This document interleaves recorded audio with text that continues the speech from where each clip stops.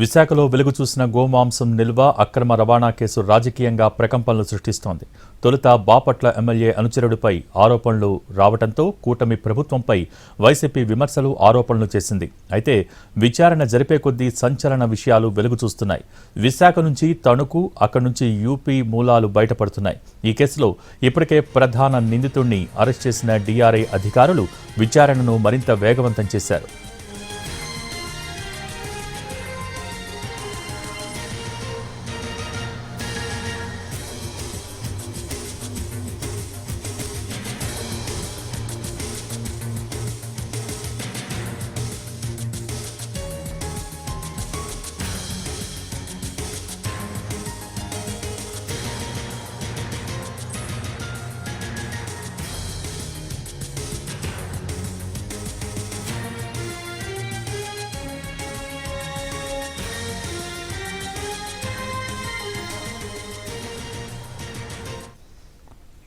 విశాఖ శివారు సొంచాం సమీపంలో ఉన్న శ్రీమిత్ర మెరైన్ ఏజెన్సీస్ కోల్డ్ స్టోరేజ్లో 1,89,000 కేజీల నిషేధిత పశుమాంసం నిల్వల్ని డైరెక్టరేట్ ఆఫ్ రెవెన్యూ ఇంటెలిజెన్స్ గుర్తించడంతో కేసు నమోదైంది. ఇందులో నిల్వ ఉంచిన పశుమాంసంలో గోమాంసం కూడా ఉంది. దీంతో పశుమాంసాన్ని ఎక్కడి నుంచి విశాఖకు తెచ్చారు, దీని వెనక ఉన్నది ఎవరనే దానిపై విచారణ జరుగుతోంది. కేసు విచారణలో ఉత్తరప్రదేశ్ వ్యాపారులది కీలక పాత్రని తేలింది. ఆగ్రాకు చెందిన వ్యాపారులు మహమ్మద్ ఫర్నాన్, ఉమర్ శాన్షిలదే కీలక పాత్రని ప్రాథమికంగా తేలింది. మహమ్మద్ ఫర్నాన్, ఉమర్కు చెందిన మిస్టర్ మిష్ ఓవర్సీస్ ప్రైవేట్ లిమిటెడ్ సంస్థ యూపీ, తెలంగాణ కేంద్రంగా కార్యకలాపాలను నిర్వహిస్తోంది. దేశంలోని వివిధ రాష్ట్రాలకు, ఇతర దేశాలకు పశుమాంసం ఎగుమతులు చేస్తున్నట్టు బయటపడింది. ఈ క్రమంలోనే శ్రీమిత్ర మెరైన్ ఏజెన్సీస్ కోల్డ్ స్టోరేజ్లో నిషేధిత పశుమాంసం నిల్వల్ని డీఆర్ఐ గుర్తించింది.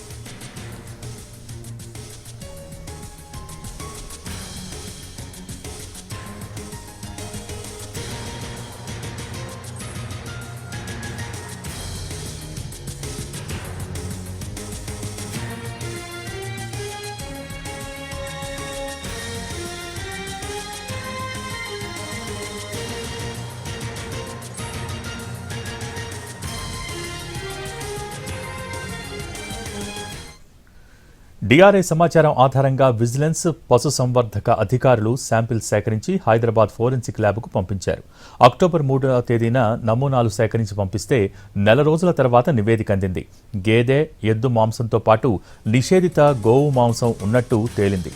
ఈ నివేదిక ఆధారంగా శ్రీమిత్ర కోల్డ్ స్టోరేజ్లో ఉన్న దాదాపు 4 కోట్ల రూపాయల విలువైన పశు మాంసాన్ని సీజ్ చేశారు. అనధికారిక స్లాటర్ హౌస్ నుంచి భారీ మొత్తంలో గోవు, పశు మాంసాలను సేకరించి దేశ విదేశాలకు ఈ కోల్డ్ స్టోరేజ్ నుంచి ఎగుమతి చేస్తున్నట్టు తేలింది. గోవు మాంసంపై నిషేధం ఉండగా నిబంధన ఉల్లంఘించిన mister and miss overseas private limited సంస్థ నిర్వాహకుడు మహమ్మద్ ఫర్నాన్ను డీఆర్ఐ అరెస్ట్ చేసింది. ఫర్నాన్కు రిమాండ్ విధించడంతో సెంట్రల్ జైలుకు తరలించారు.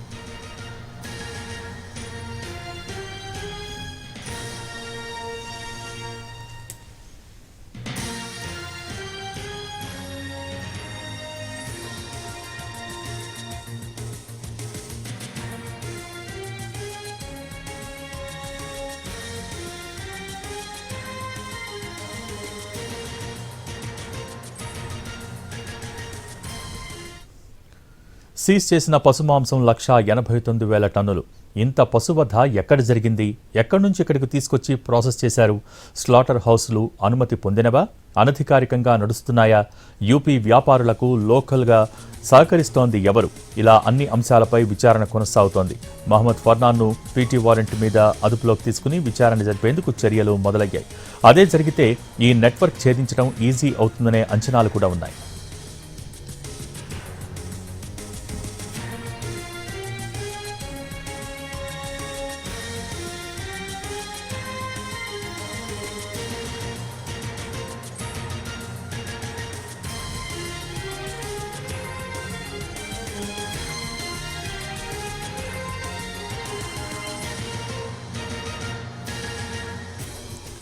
శ్రీమిత్ర మెరైన్ ఏజెన్సీస్ కోల్డ్ స్టోరేజ్లో 1,89,000 కేజీల గోమాంసాన్ని డీఆర్ఐ అధికారులు సీజ్ చేశాక ఆనందపురం స్టేషన్ పోలీసులు కూడా కేసు నమోదు చేశారు. జంతు హింస నిరోధక చట్టం సెక్షన్స్ కింద కేసు నమోదైంది. కానీ ఇంతవరకు అసలు సూత్రధారులను పట్టుకోలేదంటూ వైసీపీ ఆరోపిస్తోంది. అధికార టీడీపీ ఎమ్మెల్యే అనుచరుడు గుప్తాను కాపాడేందుకు పోలీసు ఉన్నతాధికారులు ప్రయత్నిస్తున్నారని ఆరోపిస్తున్నారు.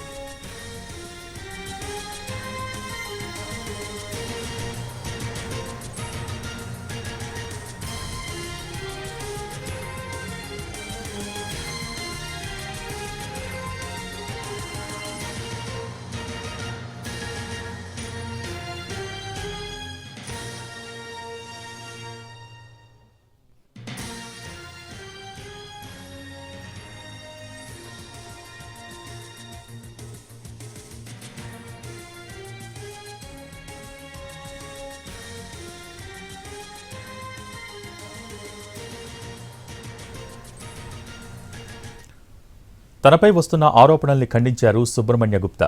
2019లో నిర్మించిన శ్రీమిత్ర కోల్డ్ స్టోరేజ్కు తాను మేనేజింగ్ పార్ట్నర్నని, ఆ కోల్డ్ స్టోరేజ్ను 5 ఏళ్ల పాటు లీజుకిచ్చామని, ఇటీవల రెంట్ పర్పస్లో నిర్వహిస్తున్నామని తెలిపారు. తర్వాత బఫెల్ మీట్ ఎక్స్పోర్ట్ ధృవీకరణ పత్రాలు పరిశీలించిన తర్వాత కోల్డ్ స్టోరేజ్ను లీజుకిచ్చామని, కానీ కొంత కౌ మీట్ కలవటంతో కేసు నమోదైందని అన్నారు. ఈ కేసుతో తమకు సంబంధం లేదని, నిందితులను పోలీసులు అరెస్ట్ చేశారని తెలిపారు సుబ్రహ్మణ్య గుప్తా. 2019 నుంచి స్టోర్ స్టార్ట్ చేశాము. లాస్ట్ 5 ఇయర్స్ నుంచి వేరే ఒక ఎంఎన్సీ కంపెనీకి లీజ్కి ఇచ్చున్నాము. లాస్ట్ అక్టోబర్ నుంచి ఇప్పుడు మనం రన్ చేస్తున్నాము. మనకి దీంట్లో విధి విధానాలు ఏంటంటే ఓన్లీ రెంట్ పర్పసే మనం చేసేది.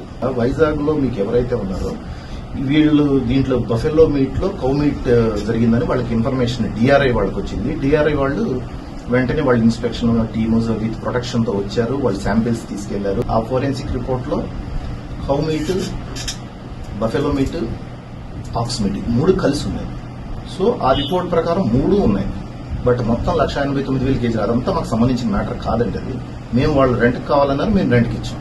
రెంట్కి ఇచ్చేటప్పుడు మేము చూసుకునేది ఏంటంటే బఫెలో మీట్ ఎక్స్పోర్ట్ లైసెన్స్, అది అలౌబుల్ ఐటమ్ మేము తీసుకున్నాం. ఇవ్వట్లేదన్నారు. మేము వివరాలు ఇచ్చాం. పోలీస్ స్టేషన్ లో వాళ్ళ మీద కేసు ఫైల్ అయింది. అతన్ని నన్ను అరెస్ట్ చేశారు. అంత ఎవ్రీథింగ్ కంప్లీటెడ్. ఏపీలో గోమాంసం అక్రమ రవాణా విచ్చలవిడిగా జరుగుతున్నా టీడీపీ, జనసేన, బీజేపీ నుంచి ఎవరూ మాట్లాడటం లేదే అని వైసీపీ నేతలు ప్రశ్నిస్తున్నారు.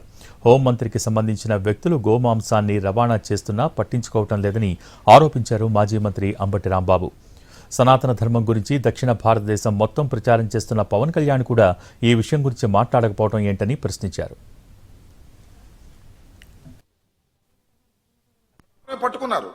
అంతకుముందు ఎన్ని సంవత్సరాల నుంచి ఇది జరుగుతుందో ఇన్వెస్టిగేషన్ చేయాల్సినటువంటి బాధ్యత ఉందా లేదా? కేసు రిజిస్టర్ చేశారు. వాళ్ళు అడుగుతా ఉన్నారు. ఎవరు? డిఆర్ఐ వాళ్ళు అడుగుతున్నా కూడా ఏం మాట్లాడు. ఇంతవరకు అరెస్ట్ చేయలేదు. ఈ యజమాన్యాన్ని అరెస్ట్ చేయలేదు, ఆ సుబ్రహ్మణ్య గుప్తాని అరెస్ట్ చేయలేదు. ఎవరిని అరెస్ట్ చేయకోకుండా వాళ్ళని ప్రొటెక్ట్ చేసేటటువంటి కార్యక్రమం వల్ల చంద్రబాబు నాయుడు గారు చేస్తున్నారంటే నీకు హిందూ మతం పట్ల ఏ విధమైన గౌరవం ఉంది? గోమాంసాన్ని విచ్చలవిడిగా సరఫరా చేసే కార్యక్రమాలు, విచ్చలవిడిగా ఎక్స్పోర్ట్ చేసే కార్యక్రమాలు హోంమంత్రి గారికి సంబంధించిన వ్యక్తులు, తెలుగుదేశానికి సంబంధించిన వ్యక్తులు చేస్తుంటే మాత్రం దాన్ని పట్టించుకునే కార్యక్రమం లేకోకుండా అనవసరంగా, అక్రమంగా, అన్యాయంగా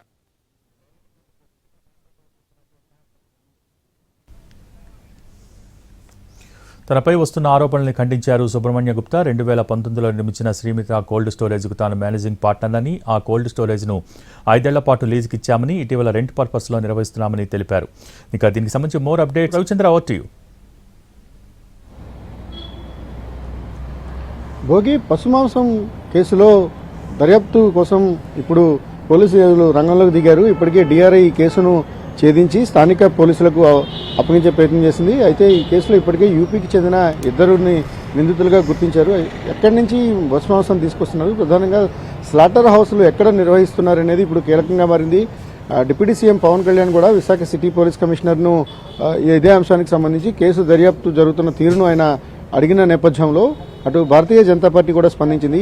గోమాంసానికి సంబంధించి ఏవైతే ఇష్యూస్ ఉన్నాయో, లేకపోతే వాటి అక్రమ రవాణా కావచ్చు, లేకపోతే విశాఖ కేంద్రంగా 2 లక్షల కేజీల గోమాంసాన్ని నిల్వ చేయటువంటి అంశాలపైన లోతైన దర్యాప్తు జరపాలని కూడా బీజేపీ డిమాండ్ చేసిన నేపథ్యంలో ఇప్పుడు ఈ అంశం ఎటు మెలుతుందనేది ఆసక్తికరంగా మారింది. ఇప్పటికే అదుపులో ఉన్న ప్రధాన నిందితుడిగా భావిస్తున్న ప్రధాన నిందితుడితో పాటు మరికొందరిని పీటీ వారెంట్ పైన అదుపులోకి తీసుకుని విచారించే అవకాశం ఉంది. ఈ దిశగా విశాఖ సిటీ పోలీసులు 1-2 రోజుల్లోనే యాక్షన్ ప్రారంభించే అవకాశం ఉంది. ఇక స్లాటర్ హౌసెస్కి సంబంధించి ఇప్పటికే తణుకుతో పాటు ఇతర ప్రాంతాల్లో ఉన్న అనధికారిక స్లాటర్ హౌస్ల మీద గొడవలు జరుగుతున్న క్రమంలో విశాఖపట్నంలో పట్టుబడ్డ ఏదైతే భారీ మొత్తంలో పశుమాంసం ఉందో ఈ పశుమాంసం ఎక్కడి నుంచి తీసుకొచ్చారనే దాని మీద పోలీసులు దృష్టి సారించే అవకాశం ఉంది.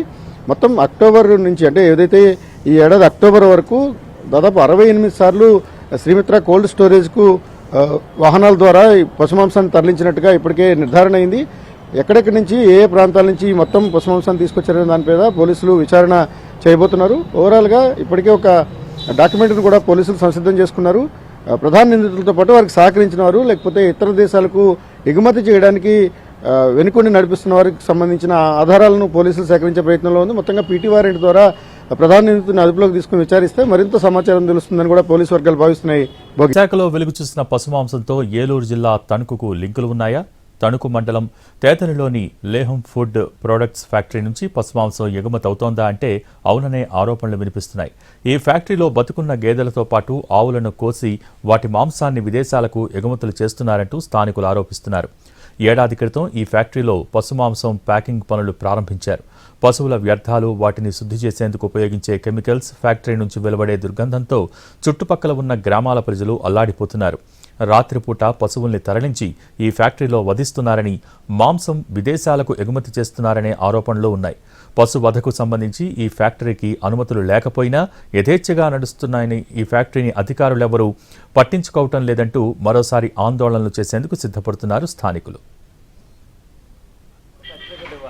నాకు క్లియరెన్స్ సర్టిఫికేట్ ఇవ్వాలి, నాకు అన్ని అర్హతలు ఉంటేనే మీకు ఇవ్వాలి.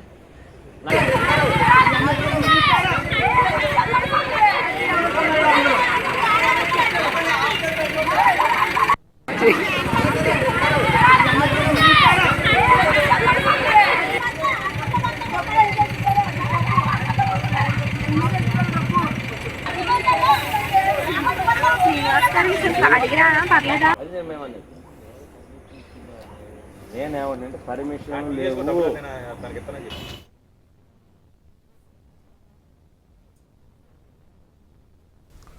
విశాఖలో వెలుగు చూసిన పశుమాంసంతో ఏలూరు జిల్లా తణుకుకు లింకులు ఉన్నాయా? తణుకు మండలం తేతరలోని లేహం ఫుడ్ ప్రొడక్ట్స్ ఫ్యాక్టరీ నుంచి పశుమాంసం ఎగుమతి అవుతోందా అంటే అవుననే ఆరోపణలు వినిపిస్తున్నాయి. దీనికి సంబంధించి పూర్తి సమాచారం మా ప్రతినిధి మల్లికార్జున ఓర్టియు. పశ్చిమ గోదావరి జిల్లా తణుకు మండలం తేతలి గ్రామం ప్రశాంతతకు మారుపేరుగా ఉండేటటువంటి ఈ ప్రాంతంలో గత కొద్ది కాలంగా ఇక్కడి ప్రజలు ఊపిరి పీల్చుకోవాలన్నా కూడా ఆలోచించాల్సినటువంటి పరిస్థితి. కారణం సమీపంలో ఉన్నటువంటి లేహం ఫుడ్ ఫ్యాక్టరీ నుంచి వస్తున్నటువంటి దుర్గంధంతో వీళ్ళందరూ కూడా పగలు రాత్రి అనేటటువంటి తేడా లేకుండా కంటి మీద కునుకు లేకుండా జీవనాన్ని సాగించేటటువంటి పరిస్థితి కనిపిస్తూ ఉంది.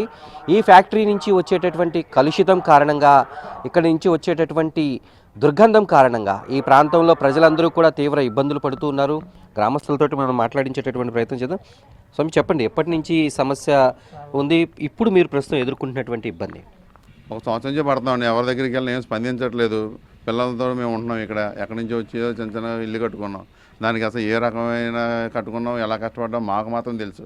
ఈ ఫుడ్ ఫ్యాక్టరీ వాళ్ళు వచ్చి ఎంఆర్ఓ కానీ, లేదా ఎమ్మెల్యే కానీ, లేదా ప్రతిపక్ష నాయకులు కానీ ఎవరూ కూడా మాకు స్పందించట్లేదు. అనుకూలత లేదు. మేము తిరగడమే తప్ప దానికి ఏమాత్రం లేదు. ఆఖరికి డిప్యూటీ సీఎం పవన్ కళ్యాణ్ గారి 2 సార్లు వెళ్ళాం. మేము ఎందుకు తిరిగామో అన్నది మాకే తెలియని పరిస్థితి కింద ఉంది.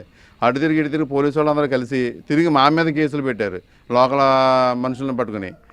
ఇవన్నీ ఎలాగ కొనసాగుతుందో ఈవేళ వచ్చారు మీరు అందరూ ఇన్నాళ్ళకి ఎక్కడ వైజాగ్లో దొరికిందని. ఆ దొరికినాక మళ్ళీ 4 నాళ్ళకి మళ్ళీ ఈ విషయం మళ్ళీ బయటకు వస్తుంది. దీన్ని మరి మీరు అందరూ సహకరించి మాకు న్యాయం చేయాలని కోరుకుంటున్నాం. మేము అంటే ప్రధానంగా వస్తున్నటువంటి ఇబ్బంది ఏంటంటే ఇప్పుడు చూస్తుంటే ఇక్కడ గాలి పీల్స్తుండే తెలుస్తుంది. అసలు మహా దారుణమైన దుర్వాసన అనమాట. ఇంకా తలుపులు తీసుకుని కూడా ఉండలేని పరిస్థితి. ఆల్రెడీ మీరు కూడా ఇప్పుడు చూస్తున్నారు కూడా. కనీసం ఇంటికి కిటికీ తలుపు కూడా తీసుకొని కూర్చోలేని స్వేచ్ఛ లేదు. ఇవాళ మీరు అందరూ వచ్చి మళ్ళీ బయట కూర్చున్నాం. ఇది పరిస్థితి, మా పరిస్థితి. మీరు చెప్పండి, ఇప్పుడు ఆ చుట్టుపక్కల చూస్తే ఇళ్ళన్నీ కూడా కొత్తగా కట్టుకుని అందరూ ఉన్నట్టుగా కనిపిస్తుంది. ఎటువంటి ఇబ్బందులు ఉన్నాయి? పిల్లలకి ఎటువంటి ఇబ్బందులు ఎదురవుతాయి? పిల్లలు ప్రశాంతంగా ఇక్కడ ఉన్న మేము పీజిబుల్గా ఉంటుంది కదా అని ఇక్కడికి వచ్చి కొనుక్కొని చేసామండి. అయితే పిల్లలు ప్రశాంతంగా ఆడుకోవడానికి కూడా లేకుండా ఆడుతూ ఉన్న వాళ్ళు ఆ వాసనకి ఒకేసారి ఇంట్లోకి వచ్చేసి అమ్మాయి ఇలాగ ఇబ్బంది వచ్చేస్తుందని చెప్పి ఇబ్బంది పడుతున్న వాళ్ళే కానీ మాకు ప్రశాంతత లేకుండా ఉందండి. ఒక అధికారి పార్టీ వాంతులు అయిపోయి ఇబ్బంది పడుతున్నారు.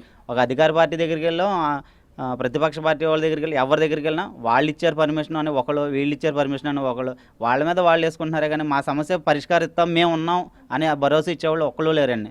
ఎదురు ఏదైనా మాట్లాడితే మా మీదే తిరిగి కేసులు పెట్టి చాలా ఇబ్బంది పెడుతున్నారండి. ఇప్పటివరకు ఎవరెవరిని కలిశారు, ఎంతమంది నాయకులు కలిశారు, ఏదైనా భరోసా ఏదైనా వచ్చింది? జిల్లా కలెక్టర్ గారికి కలిసామండి, డిప్యూటీ సీఎం గారిని కలిసాం, మన తహసీల్దార్ ఆఫీస్లో స్పందన కార్యక్రమంలో కంప్లైంట్ పెట్టామండి, మన ఎమ్మెల్యే గారిని ఆర్మిల్ రాధాకృష్ణ గారిని కలిసాం, ప్రతిపక్ష పార్టీ నాయకులు కారుమూరి నాగేశ్వరరావు గారిని కలిసాం. మేము కలవలేని అధికారం అంటూ ఎవరూ లేరండి. మేము కలిసాము, స్పందనలో కంప్లైంట్ పెట్టాం, వచ్చారు, ముక్కు మూసుకొని కంప్లైంట్ రాసుకున్నారండి. వాళ్ళ నోటీస్ ఇవ్వాలి కాబట్టి వాళ్ళు ఇలాగ ఎంత ఇబ్బంది పడుతున్నారు ఏంటనేది ఇవ్వాలి కాబట్టి వచ్చి ముక్కు మూసుకుని రాసి అక్కడ ఎటువంటి ఇబ్బంది లేదని చెప్పి రాసి ఇచ్చారండి. మా పరిస్థితిని అర్థం అంటే వాళ్ళు ఎంత ఇదిగా ఉన్నారనేది ఇంకా పలానా వాళ్ళని ఇంకేమీ లేదండి. ఫెనాయిల్ వాసన ఇక్కడ ఉన్నటువంటి అంటే మీరు చెప్పండి, ఇప్పుడు ఆ ఫ్యాక్టరీకి అన్ని పర్మిషన్లు ఉన్నాయి, అందుకనే దాన్ని ముగించడం కూడా ఎవరు ఇవ్వట్లేదు అనేటటువంటి విషయం చెప్తున్నారు. మీకు ఉన్నటువంటి సమాచారం? ఇక్కడైతే పర్మిషన్లు పూర్తిగా దేనికి లేవండి. కాకపోతే ఏంటంటే అందరూ కూడా ఉన్నాయని చెప్పేసి మభ్యపెట్టి అందరినీ మాయ చేసి ఇక్కడ మసిపూసి మారాటిగా చేస్తున్నారండి. అంతే తప్ప పూర్తిగా అయితే ఆ ఫ్యాక్టరీకి పర్మిషన్ లేవు. వాళ్ళు దొంగసాటిగానే పట్టుకెళ్తున్నారు. ఇప్పుడు కూడా పట్టుకెళ్ళి కూడా మమ్మల్ని ఏంటంటే దౌర్జన్యం చేస్తున్నారండి. ఒకసారి అయితే మమ్మల్ని అందరినీ కూడా కొట్టేది. మా వ్యాన్లను ఆపామని చెప్పేసి మమ్మల్ని అందరినీ రౌడీలు పెట్టి కొట్టించి తిరిగి మేమేదో డబ్బులు అడుగుతున్నామని మా మీదే కేసులు పెట్టి అర్ధరాత్రి కాడ ఆడవాళ్ళని మగవాళ్ళని అందరినీ పోలీస్ స్టేషన్ పైడిపతి పోలీస్ స్టేషన్లో మేము అర్ధరాత్రి దాకా కూర్చున్న రోజులు కూడా ఉన్నాయండి. ఇక్కడ ఈ పూర్తిగా సుప్రీంకోర్టు కూడా గతంలో ఆదేశాలు ఇచ్చింది, వాటిని ఏమీ కూడా పట్టించుకోవట్లేదు అనేటటువంటి విమర్శలు వినిపిస్తున్నాయి. అయితే ఎప్పటి నుంచో ఉన్నటువంటి వారు మీరు చెప్పండి, ఈ ప్రాంతంలో గతంలో ఎప్పటి నుంచో కూడా మీరు ఇక్కడే పుట్టి పెరిగారు, అప్పుడు గతంలో ఎలా ఉంది, ఇప్పుడు అంటే ఇక్కడ ఇల్లు కట్టుకున్న తర్వాత పరిస్థితి ఏ రకంగా ఉంది? ఇక్కడైతే అండి ఇక్కడైతే చాలా ఇబ్బందికరంగా ఉందండి. దాన్ని బట్టి మేము కూడా పోలీస్ స్టేషన్కి వెళ్ళామండి. తర్వాత గీతలు కూడా పట్టుకున్న రోజులు కూడా ఉన్నాయి. తర్వాత వాళ్ళు కూడా వచ్చి దౌర్జన్యంగా మమ్మల్ని కొట్టిన రోజులు కూడా ఉన్నాయి. అయినా ఎవరు కూడా మా మీద దౌర్జన్యం చేస్తున్నారు తప్ప ఇది తప్పని మాట ఎవరు కూడా చెప్తలేదండి. అధికారులు మా మీదే దౌర్జన్యం చేస్తున్నారండి. చెప్పండి, మీరు ఎదుర్కొంటున్నటువంటి సమస్య ఇప్పటివరకు ఏమైనా పరిష్కారం అవుతుంది అనుకుంటున్నారు? ఇప్పటివరకు ఎక్కడెక్కడ తిరిగారు అంటే ఈ సమస్య పరిష్కారం కోసం? మేము మంగళగిరి వెళ్ళామండి, తెలుగుదేశం పార్టీ ఆఫీస్కి కూడా వెళ్ళాము. మంగళగిరిలోని ఎమ్మెల్యే గారి దగ్గరికి మాట్లాడితే వెళ్తున్నాం, ఏదో ఈ సమస్య పరిష్కారం అవుద్దని. కానీ ఎటువంటి పరిష్కారం జరగలేదు. గత 20 రోజుల నుంచి మహా దారుణమైన వాసన అండి. వాంతులు అయిపోతున్నాయి పిల్లలకి, తలకాయ పోటు. హాస్పిటల్లో అమ్మట తిరగాల్సి వస్తుందండి. గవర్నమెంట్ హాస్పిటల్కి వెళ్ళి అడగండి పలానా చోట నుంచి వచ్చారా అని, ఎంతమంది వచ్చారో కూడా చెప్తారు. అంత ఇబ్బంది పడుతున్నాం. మాకు ఎందుకండి ఇది ఇక్కడ కట్టుకుని ఈ వాసన ఏదో చల్లగా ఉంటుంది, దూరంగా ఉంది కాలుష్యాన్ని, కానీ ఇక్కడ కొనుక్కుని ఇక్కడ కట్టుకున్నాం. కానీ దేనికి ఇది లేదు.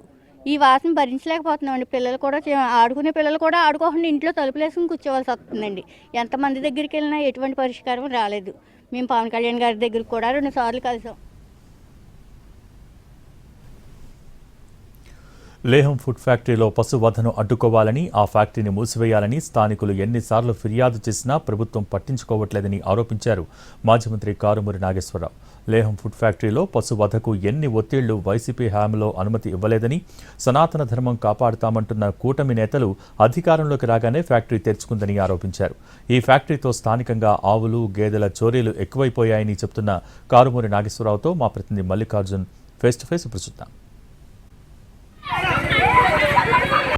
విశాఖలో కంటైనర్లలో లక్షల కేజీల పశుమాంసం దొరకడం ఇప్పుడు తీవ్ర కలకలం రేపుతోంది. అయితే తణుకుకు కూడా ఈ లింకులన్నీ కూడా తణుకు నుంచి ఉన్నాయనేటటువంటి విమర్శలు వినిపిస్తున్నాయి. ఈ నేపథ్యంలో మనతో మాట్లాడేందుకు తణుకు మాజీ ఎమ్మెల్యే అలాగే మాజీ మంత్రి కారుమూరి ఉన్నారు. సార్, తణుకులో ఇప్పుడు పశువధ జరుగుతుంది అని మీరు ఎప్పటి నుంచో పోరాటం చేస్తున్నారు. ఇప్పుడు విశాఖలో కూడా లక్షల కేజీల మాంసం దొరకడం కూడా ఇప్పుడు వివాదానికి కారణమైంది. అసలు ఇక్కడ ఉన్నటువంటి ఫ్యాక్టరీకి అనుమతులు ఉన్నాయా లేదా, మీకు ఎటువంటి సమాచారం ఉంది?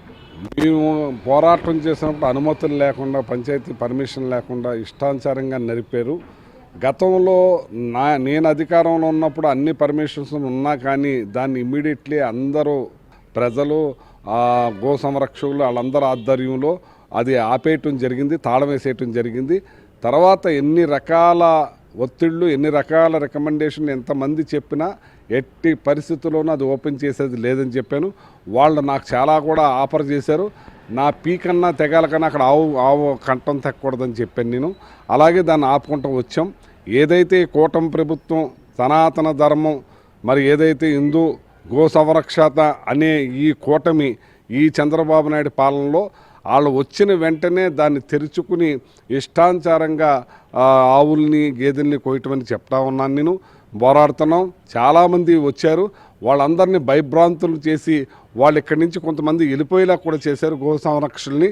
అలాగా మళ్ళీ ఏదైతే మేము కోర్టులో వేసామో ఆ కోర్టులో వేసినప్పుడు ఆ జడ్జి గారు కూడా మార్చేయటం జరిగింది. వేరే బెంచ్కి వేసి మళ్ళీ రప్పించడం జరిగింది. దాన్ని ఇప్పుడు వరకు కూడా ఆ కోర్టులో ఉన్నది బెంచ్ మీదకి రాకుండా దాన్ని ఆపి ఎన్ని రకాల శక్తులు అడ్డుకుంటున్నాయంటే, ఒక ప్రభుత్వం తరపు నుంచి లాయర్లు, ఆ ఢిల్లీ నుంచి లాయర్లు వస్తున్నారు. అంటే ఎంత పెద్ద ఎత్తున ఇది ఇక్కడ జరుగుతుందో ఒకసారి గమనించాలి. అలాగే ఏదైతే పవన్ కళ్యాణ్ గారిని ఆయన వెళ్ళిపోతుంటే అక్కడ ఆగి జనాలందరూ, మహిళలందరూ ఆయనకి రిప్రజెంటేషన్ ఇవ్వటం జరిగింది. కానీ ఏమీ కూడా పట్టించుకోలేదు, ఎవ్వరూ కూడా ఆపలేదు. యథేచ్ఛగా ప్రభుత్వం శుభ్రంగా దాన్ని నడిపించే కార్యక్రమం చేస్తున్నారు. మేము ఎన్ని పోరాటాలు ఏమి చేసినా కానీ ఎవ్వరూ కూడా దాన్ని పట్టించుకునే పరిస్థితి లేదు. ఈ రోజుకి కూడా ఫ్యాక్టరీ చుట్టుపక్కల ఉండేటటువంటి ప్రజలు మీ దగ్గరికి వస్తున్నారు. ఇక్కడ జరిగేటటువంటి ఫ్యాక్టరీ అక్కడ కార్యకలాపాలు ఆపాలంటూ వాళ్ళపైన దాడులు జరుగుతున్నాయి, లేకపోతే ఇక్కడ చెడు వాసన వస్తుంది అనేటటువంటి అనేకమైనటువంటి కంప్లైంట్స్ చేస్తున్నారు. ముఖ్యంగా ఏ కంప్లైంట్స్ వస్తుంది, వాళ్ళకి ఎటువంటి భరోసా ఇస్తున్నారు? ఇప్పుడు ఇవాళ అక్కడ చుట్టుపక్కల వాళ్ళ అన్నాలు కూడా తినలేని పరిస్థితిలో ఉన్నారు, ఆ వాసన భరించలేని పరిస్థితిలో ఉన్నారు. దానికి ఒక ట్రీట్మెంట్ ప్లాంట్ కూడా లేదు. ఒక గొయ్యి తవ్వేసి బ్లడ్ అంతా కూడా వదిలేస్తున్నారు. వాయు కాలుష్యం అయిపోతుంది. కింద గ్రౌండ్ వాతావరణంలో కూడా మొత్తం పూర్తిగా కాలుష్యం అయిపోతుంది. చుట్టుపక్కల ఏదైతే గేదెలు ఉన్నాయో మకాంలో కట్టుకుంటారో ఆ గేదెలని ఎత్తుకుపోవటం, 10 నిమిషాల్లో తోలుకు తోలు, బోన్సుకు బోన్సు, మాంసం అయిపోతాం. వాళ్ళ కంప్లైంట్ పోలీస్ స్టేషన్లో ఉంటుంది. గేదె మాత్రం ఆచూకీలు తెలియని పరిస్థితి అయిపోతుంది. ఈ చుట్టుపక్కల 2-3 జిల్లాల నుంచి కూడా ఎత్తుకొచ్చి ఇక్కడ అమ్మేయడం జరుగుతూ ఉంది. దీనివల్ల పాడి కూడా లోటు వచ్చే పరిస్థితి ఉంది. ఇది చాలా దుర్మార్గంగా, హేయంగా జరుగుతుంది. ఈ గోహత్య మహాపాతకం ఈ లోకల్ ఎమ్మెల్యేకి ఎన్నిసార్లు చెప్పినా, ఎన్నిసార్లు మొరబెట్టుకున్నా అతను డబ్బే ధ్యేయంగా పనిచేస్తున్నాడు. కానీ ఇది మహాపాపం. పురాణాల్లోనే చెప్పారు, గోహత్య మహాపాతకం, తరతరాలు ఆ పాపం చుట్టుకుపోద్దని. అది నేనంటాం కాదు, అది సనాతన ధర్మం అనే వాళ్ళకు కూడా తెలుసు. ఇక్కడ ప్రజల గోడు పట్టించుకోవట్లేదు. ఆఖరికి అక్కడ ప్రజలు అందరూ కూడా జనసేనకు సంబంధించిన వాళ్ళైనా సరే, మేము పార్టీలకు సంబంధం లేదు, కానీ వాళ్ళ మురిపెత్తుకున్నా సరే వాళ్ళని పట్టించుకునే పరిస్థితుల్లో ఇది యథేచ్ఛగా నడిపిస్తూ ఉన్నాడు అతను. ఫ్యాక్టరీ కూడా నామ్స్ ప్రకారం లేదు, దాదాపు 40-50 ఎకరాల్లో ఉండాల్సింది 13 ఎకరాలు ఇలాగా అనేటటువంటి విమర్శలు కూడా వినిపిస్తున్నాయి సార్. దానిపైన అసలు మీకు దానికి అది ఒక లీజుకు తీసుకున్నది, దానికి ఒక 40-50 ఎకరాలు ఉండాలి, గ్రీన్ బెల్ట్ ఉండాలి, ఏమీ లేదు. అంతకుముందు లీజుకి ఇచ్చిన వాళ్ళు కూడా ఆ పొలాన్ని తీసేసుకున్నారు వెనక్కి. ఎందుకంటే ఇది ఇలాంటి పాతకం మన కుటుంబాలు చుట్టుకుంటుందని చెప్పేది. ఓన్లీ 3 ఎకరాల చిల్లరలో నడిపిస్తున్నారు. అది నడిసే పరిస్థితి కూడా కాదు, నడిపించకూడదు. ఏ పర్మిషన్ లేకుండా, నాములు లేకుండా ఇష్టానుసారంగా నడుపుతున్నారు. అధికారులు పూర్తిగా కొమ్ము కాస్తున్నారు. మరి ఎమ్మెల్యే మాత్రం యథేచ్ఛగా నడిపించి డబ్బే ధ్యేయంగా చేస్తున్నాడు. ఈ మూగజీవుల ఉసురు తరతరాలు చుట్టుకుంటుంది. సార్, పాడి దెబ్బతింటుంది అంటున్నారు. ఇక్కడ స్థానికులకు కూడా ఇబ్బందులు ఉన్నాయి. ఫైనల్గా మీ డిమాండ్ ఏం చెప్తారు సార్? ఎట్టి పరిస్థితుల్లోనూ అది నడవకూడదు, ముయ్యవలసిందే. ముయ్యకపోతే మాత్రం దీని మీద పెద్ద ఎత్తున ఉద్యమించే కార్యక్రమం జరుగుతుంది. గోవులోనే అన్ని దేవుళ్ళు ఉంటాయంటారు. అటువంటి గోవుల్ని యథేచ్ఛగా చేస్తూ ఉంటే ఇది ప్రజలు బాగా బాధపడుతూ ఉన్నారు. ఇప్పుడు తణుకు ప్రజలకు అందరికీ కారుమూరు ఏదో చెప్తున్నాడు అనుకున్నారు, కానీ ఇప్పుడు వాస్తవాలన్నీ తెలిసి వాళ్ళందరూ కూడా ఉద్యమించే కార్యక్రమం అవుతుంది. ఇప్పుడు వైజాగ్లో దొరికినటువంటి పశుమాంసం కూడా ఇక్కడి నుంచి తణుకు నుంచి మూలాలు ఉండడంతో ఇక్కడ స్థానికులు ఎన్ని ఆవేదన వ్యక్తం చేస్తూ ఎన్ని డిమాండ్లు చేస్తున్నప్పటికీ కూడా దాన్ని పట్టించుకోకుండా స్థానిక నాయకులు ఎవరైతే ఉన్నారో వారందరూ కూడా కేవలం డబ్బు కోసం ఇక్కడ గోవుల హత్యకు పాల్పడుతున్నారనేటటువంటి విషయాన్ని మాజీ మంత్రి కారుమూరి స్పష్టం చేస్తున్నారు. ఇప్పటికైనా ఫ్యాక్టరీని మూయించే విధంగా చర్యలు తీసుకోవాలని